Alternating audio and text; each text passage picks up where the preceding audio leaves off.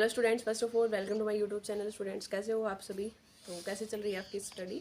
तो कुछ भी प्रॉब्लम आ रही है तो आप कमेंट के थ्रू पूछ सकते हो। बोर्ड वाले स्टूडेंट्स हैं तो काफ़ी स्टूडेंट्स को काफ़ी टेंशन भी हो रही होगी जिन्होंने अभी तक कुछ भी नहीं पढ़ा है। तो अभी भी स्टूडेंट्स आपके पास टाइम है, अच्छे से स्टडी करो तो आप सभी कर सकते हो, ठीक है। और हेल्थ का भी ध्यान रखना है, सर्दी का टाइम चल रहा है आपका तो उसमें। और बताइए, अगर किसी स्टूडेंट, जैसे कई स्टूडेंट्स की मेल आ रही थी, मैं प्रैक्टिकल रिलेटेड कुछ बताइए या बोर्ड एग्जाम्स को हम कैसे प्रिपेयर करें, तो हमने पहले भी काफ़ी सारे वीडियोस बनाई हुई हैं। तो एक लास्ट वीडियोस रहने वाली है बोर्ड की, ताकि हम बार बार वीडियोस ना बनाएं। इसमें सारे पॉइंट्स हैं कि कैसे आपको पेपर अटैम्प्ट करना चाहिए, किस टाइप से आपको लिखना चाहिए बोर्ड में, ताकि आप मैक्सिमम मार्क्स कैसे गेन कर पाते हो। जैसे कई दो स्टूडेंट्स हैं फॉर एग्जाम्पल, दोनों को ही सेम आंसर आता है, लेकिन way of represent the answer decide करता है कि आप कितना मार्क्स लेंगे। किसी के सेम क्वेश्चन ठीक लिखा है आपने, 5 मार्क्स का है तो अगर 5 आ जाते हैं, किसी के उसी में 3 नंबर भी आ सकता है। वो डिपेंड करता है कि जो चेक करने वाला है। तो हम आपको स्ट्रेटजीज भी बताने वाले हैं कि आज की वीडियोस में हमारा ओरल क्या रहने वाला है। तो फर्स्ट थिंग्स हम क्लियर करेंगे आपकी कि आपको कैसे पेपर अटैम्प्ट करना चाहिए बोर्ड एग्जाम्स में, या आप अपनी प्री बोर्ड दे रहे हो, स्कूल के दे रहे हो, तो कैसे, ताकि आप अच्छे मार्क्स गेन कर पाओ। क्या आपको ब्लैक पेन यूज़ करना चाहिए, ब्लू पेन, कहाँ पे आपको अंडरलाइन करनी है, ये थिंग्स क्लियर करेंगे। सेकंड थिंग्स, क्या आपकी रिवीजन स्ट्रेटजी रहनी चाहिए लास्ट 1 मंथ की, जिसमें आप मैक्सिमम मार्क्स स्कोर कर पाओ। जिन्होंने अभी तक भी कुछ नहीं स्टडी किया है तो वो सारी थिंग्स क्लियर करेंगे आपकी। प्रैक्टिकल रिलेटेड भी कुछ इन्फो देने वाले हैं हमको, और लास्ट में हम PYQs का भी बताएंगे आपको क्या करने वाले हैं। वैसे हम सोच रहे थे कि अभी आपके लिए बाद में बताएंगे वो आप सभी के लिए। तो पहले देखिए स्टूडेंट्स, जो फर्स्ट पॉइंट हमारा वीडियोस का, तो सभी को अच्छे से देखना है कि आप कैसे बोर्ड्स में अच्छे मार्क्स गेन कर सकते हो। तो जब भी आप पेपर करते हो तो सबसे पहली प्रायोरिटी तो स्टूडेंट्स आपकी ये होनी चाहिए कि जो क्वेश्चन आपको सबसे अच्छा आता है उसको अटैम्प्ट कीजिए। जो क्वेश्चन बिल्कुल भी अच्छा नहीं आता उसको पहले अटैम्प्ट ना करें, क्योंकि एग्जामिनर अगर आपका चेक करता है फर्स्ट, तो अगर फर्स्ट क्वेश्चंस में ही आपका पूरा गलत कर दिया तो उसकी थिंकिंग ऐसे हो जाती है, हाँ बच्चे ने अच्छा नहीं कर रखा होगा। लेकिन ये भी बोलते हैं आपके कि आप सीरियल वाइज कीजिए, लेकिन सीरियल वाइज करना अच्छी बात है। ऐसे भी नहीं करना आपको कि फर्स्ट क्वेश्चन आपने कर लिया फिर आप जाके 20 वाला कर रहे हो, फिर से 8 वाला कर रहे हो, फिर 9 वाला, ऐसे रैंडमली करते हो। तो ऐसे स्टूडेंट, जो भी टीचर चेक कर रहा है उसका माइंड डिस्टर्ब हो सकता है। एक सीरियल वाइज में अच्छे से कर रखे हैं आपने तो, लेकिन ऐसा भी नहीं करना 1-2 सीरियल का मिसमैच हो जाए तो कोई प्रॉब्लम नहीं होती। सबसे पहली प्रायोरिटी जो क्वेश्चंस बहुत अच्छे से आता है उसको करना है। सेकंड थिंग्स, जब भी आप कोई भी क्वेश्चंस करते हो, चाहे बोर्ड का एग्जाम्स हो या नॉर्मल अपने स्कूल के एग्जाम देते हो, तो जो भी मेन पॉइंट्स हैं, जो भी आपसे, फॉर एग्जाम्पल आपसे बैलेंस पॉइंट थ्योरी पूछ ली, कोऑर्डिनेशन का ही हम बात करें, तो सबसे पहले बैलेंस पॉइंट थ्योरी को ब्लैक पॉइंट लिखोगे आप, ब्लैक पेन का यूज़ करके अंडरलाइन करोगे, लिख दिया। उसके बारे में बताओगे 2 से 3 बातें, क्या बताया था। फिर एक लाइन छोड़कर या उसी में एक लाइन लिख के ब्लैक पेन से ही पोस्टलेट्स ऑफ वीबीटी उसको अंडरलाइन करोगे। फिर फर्स्ट पॉइंट, थर्ड, फोर्थ, जितने भी उसके पॉइंट्स हैं, 4 पॉइंट है, 5 पॉइंट है, वो सारे इंक्लूड करोगे। उसमें भी जैसे आपने सारा पेपर्स कर लिया है या जब भी आप कर रहे हो, अगर आपको टाइम लगता है, ऐसे भी नहीं करना कि आप एक क्वेश्चन को इतना अच्छे से कर रहे हो, लास्ट में आपके और सारे क्वेश्चन के लिए टाइम ही नहीं मिल रहा। तो ऐसा भी नहीं करना, टाइम का मैनेजमेंट लेके ही चलना है। इससे पहले इसीलिए कहा जाता है कि पीछे के PYQ हैं 3 ओवर लेके बैठिए, उनको देखिए कि आप कितने 3 घंटे लग रहे हैं, 2 घंटे लग रहे हैं आपको पेपर में, 2.5 घंटे लग रहे हैं पेपर के अकॉर्डिंग, वैसे ही टाइम स्टैम्प लगाकर, ताकि आपको आइडिया हो जाएगा कि आप इतने टाइम्स में इतने कर सकते हो, ठीक है। तो कई स्टूडेंट्स ऐसे नहीं करते, स्टार्टिंग में बहुत अच्छी राइटिंग होती है, लास्ट में बिल्कुल ही ख़राब हो जाती है, टाइम ही नहीं मिलता, आते हुए स्टूडेंट्स के भी 1-2 क्वेश्चन रह जाते हैं। तो ऐसे मिस्टेक कभी नहीं करनी आपको, स्टार्टिंग से और लास्ट तक मैनेज करके ही चलना है अपने टाइम को। ऐसे नहीं कि स्टार्टिंग वाले क्वेश्चन को बहुत अच्छे से एक्सप्लेन कर रहे हो, लास्ट वालों को कुछ भी नहीं कर रहे हो आप। तो इक्वल लेके ही चलना है, हर एक क्वेश्चन इक्वल अलग अलग मार्क्स के होंगे आपके। तो यही है फर्स्ट थिंग्स, जो भी आप मेन चीज़ है उसको ब्लैक पेन से यूज़ करो, अंडरलाइन कीजिए। फिर आपने मान लो 5 से 6 पोस्टलेट हैं, फॉर एग्जाम्पल आपने बताया कि VBT ने क्या जम्पशंस की थी, कोलेंट बोन माना था या निक माना था, ठीक है। फिर आप ऑर्बिटल्स के बारे में, तो जो मेन थिंग्स है बॉन्डिंग वाले, वहाँ पे फिर से अंडरलाइन कर दो, ताकि एग्जामिनर अगर पूरे क्वेश्चंस को बहुत अच्छे से लिख रखा, आपने ब्लैक पॉइंट ब्लू का यूज़ कर रखा है, अंडरलाइन कर रखा है, जो मेन चीज़ है उसी पे उसका पॉइंट ध्यान जाएगा। अगर एक आधे पॉइंट में गलती कर भी रखोगे फिर भी उसका इस पर ध्यान नहीं जाएगा। जो मेन पॉइंट्स है, जो आपको अच्छे से आता है, उसी को और ज़्यादा हाईली डोमिनेट करके दिखाना है आपको कि हाँ बहुत अच्छे से कर रखा है। तो उसकी ज़्यादा चांस है कि आपको अच्छे मार्क्स मिल सकते हैं। एक ऐसे जिसने नए पॉइंट्स बनाए, ऐसे ही पूरा थ्योरी जैसे बना दिया, ट्राई करते हो। ऐसे डिफरेंस वाले क्वेश्चन होते हैं, जैसे डबल साल्ट में पूछ लिया, आइडियल नॉन आइडियल में पूछ लिया, कोऑर्डिनेशन में, तो ट्राई किया करो आप कि जितने भी डिफरेंस वाले क्वेश्चन हैं उनको पॉइंट बना के करो। डिफरेंस के बीच में आप स्केल से लाइन लगाइए, आइडियल लिखिए, जैसे मान लो आइडियल नॉन आइडियल में ही आ गया, समझाने के लिए बता रहे हैं हम, तो आइडियल को ब्लैक पेन से लिखा है, ऐसे नॉन आइडियल को, फिर उनमें दोनों में डिफरेंस किए, जो इंपॉर्टेंट उसको अंडरलाइन कर सकते हो। तो डिफरेंस वाले पॉइंट बना के करोगे, कंपेयर टू थ्योरेटिकल ऐसे वैसे लाइनिंग करते हो, तो उससे उसमें ज़्यादा मार्क्स आने की पॉसिबिलिटी है। ऐसे करना है। थर्ड थिंग्स, अगर किसी क्वेश्चन में डायग्राम आ रहे हैं तो डायग्राम बहुत अच्छे से बनाना है। जैसे अगर हम साइंस में बात करें तो बायोलॉजी में बहुत ज़्यादा डायग्राम होते हैं, फिजिक्स में भी हो सकते हैं रिफ्लेक्शन उन वाले में, ऐसे केमिस्ट्री में भी कहीं है, मान लो VBT CFT की स्प्लिटिंग आ गई आपके पास, या सेल्स वाला आ गया स्ट्रक्चर्स बनानी, तो स्ट्रक्चर्स बहुत अच्छे से बनानी है। जो आप एक मेन चीज़ ले रहे हो उसको बहुत अच्छे से डिफाइन करके बताना आपको ये थिंग्स क्या है। कई ऐसे ही केमिस्ट्री में आप केमिकल रिएक्शंस वगैरह करते हो, जैसे इलेक्ट्रोकेमिस्ट्री में आप सेल की होगी, प्राइमरी सेल क्या है, ड्राई सेल्स क्या है, ठीक है स्टूडेंट। तो वहाँ पे सबसे थिंग्स क्या होनी चाहिए आपको कि कैथोड पे क्या रिएक्शन हो रही है, एनोड पे क्या रिएक्शंस हो रही है। मेन अगर सेल ठीक है तो आप उसके बारे में थ्योरेटिकल चीज़ बता रहे हो, वहाँ एक आधे पॉइंट आपसे मिस्टेक हो जाती है, तब भी चांस है कि वो नंबर नहीं कटेंगे। रिएक्शंस बहुत अच्छे से करनी है। ऐसे ही ऑर्गेनिक में होता है, ऑर्गेनिक में जो भी आप रिएक्शंस करते हो तो उनके लिए टेम्परेचर्स का भी आपको ध्यान रखना पड़ता है, ठीक है। तो टेम्परेचर आप कितना कर रहे हो,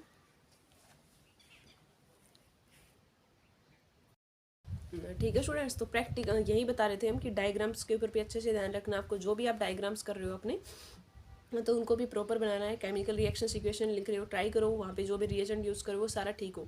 ऐसे ही ऑर्गेनिक रिएक्शंस में होता है कि जो आप रिएक्टेंट लेते हो, रिएक्टेंट से जहाँ आपका प्रोडक्ट फॉर्मेशन होती है तो वो ठीक होना चाहिए, और बीच में जो आप रिएजेंट लोगे जो रिएक्शंस को कंप्लीट कराने में हेल्प करेगा आपकी, तो वो करेक्ट होना चाहिए आपको। मैकेनिज्म्स में एक आधे मिस्टेक हो जाती है, एक आधे पॉइंट की बात कर रहे हैं तब कोई नहीं है, लेकिन रिएक्टेंट, प्रोडक्ट और रिएजेंट तीन चीज़ें तो बिल्कुल एक्यूरेट होनी चाहिए। और HBSC में तो इतने नहीं आते, ना ही ज़्यादा CBSE में भी नहीं है मैकेनिज्म के। पूरी ऑर्गेनिक में अगर 12th में बात करें तो 4 से 5 6 ही मिलेंगे बस, और ज़्यादातर तो कन्वर्जन आएंगे आपका, सीधा बोलेंगे। फॉर एग्जांपल ऐसे कर देंगे, टोल्यून को बेंजोइक एसिड में कीजिए, ठीक है, या एनिलीन से क्लोरोबेंजीन्स बनाइए। तो खुद से आपको जो नेम रिएक्शंस हमने बताई थी लास्ट वीडियोस में कि कौन सी इंपॉर्टेंट टॉप 20 रिएक्शंस बताई थी, अगर वो कर लेते हो तो मैक्सिमम 80% रिएक्शन वहीं से मिल जाएंगे आपको।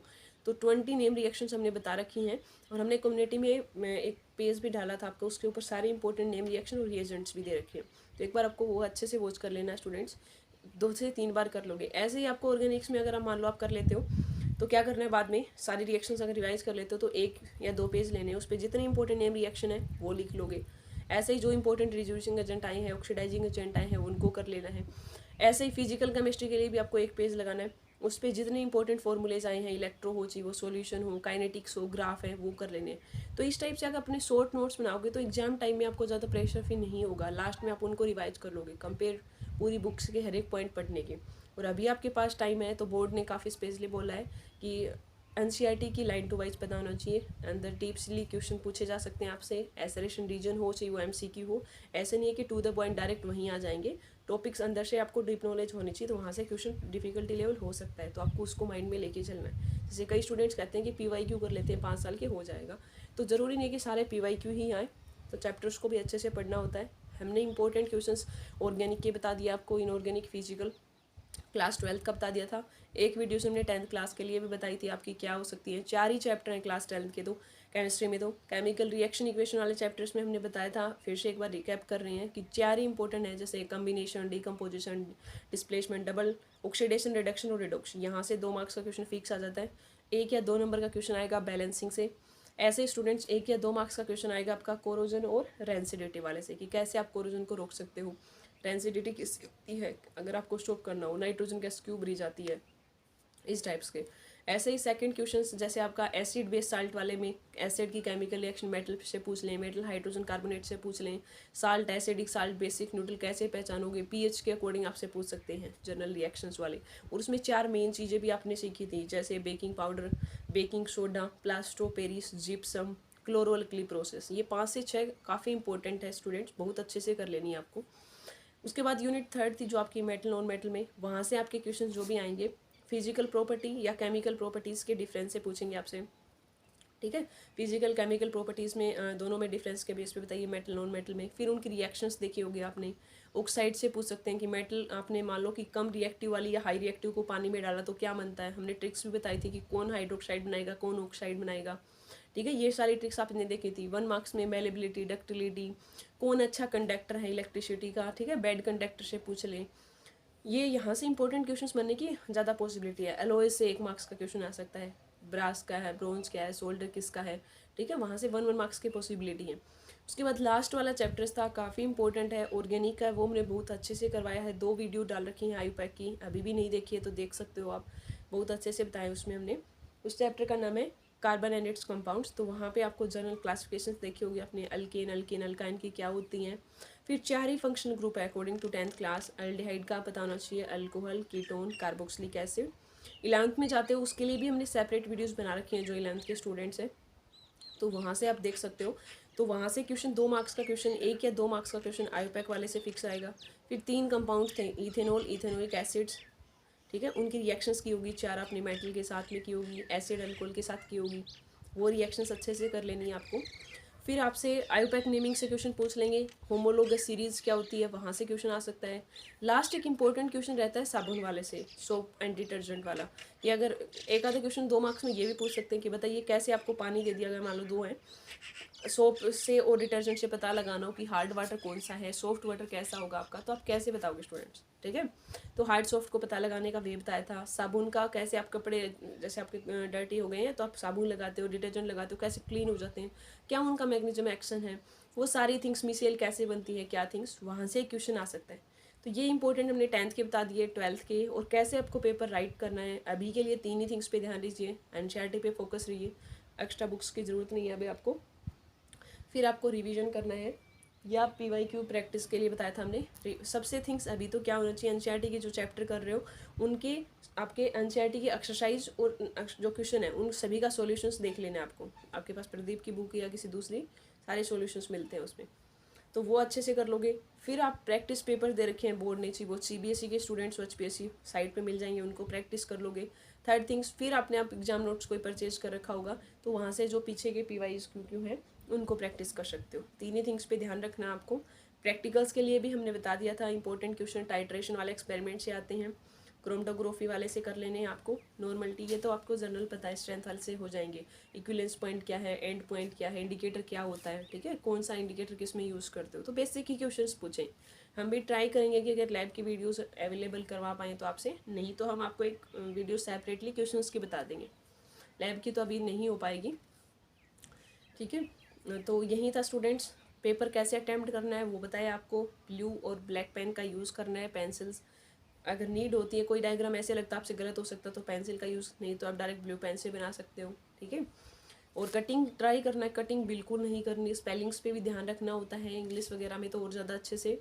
साइंस में थोड़ी बहुत एक आधी स्पेलिंग्स की मिस्टेक हो जाती है तो कोई प्रॉब्लम नहीं होती, बट इंग्लिश के पेपर्स वगैरह में तो ज़्यादा ध्यान रखना पड़ता है आपको, यही है। और जो मेन पॉइंट्स है उसको हेडलाइन बना के करोगे ताकि उसी पे ध्यान जाए आपका। जो भी पूरा पैराग्राफ, मान लो 5 मार्क्स का लेंथी क्वेश्चन है, ऐसे आप हिंदी हो ऐसा सो सभी में अपना सकते हो ये सारी। ऐसे नहीं ओनली हम केमिस्ट्री का बता रहे हैं, जितने भी आप बोर्ड्स के पेपर करोगे सभी में ट्रिक्स कर सकते हो।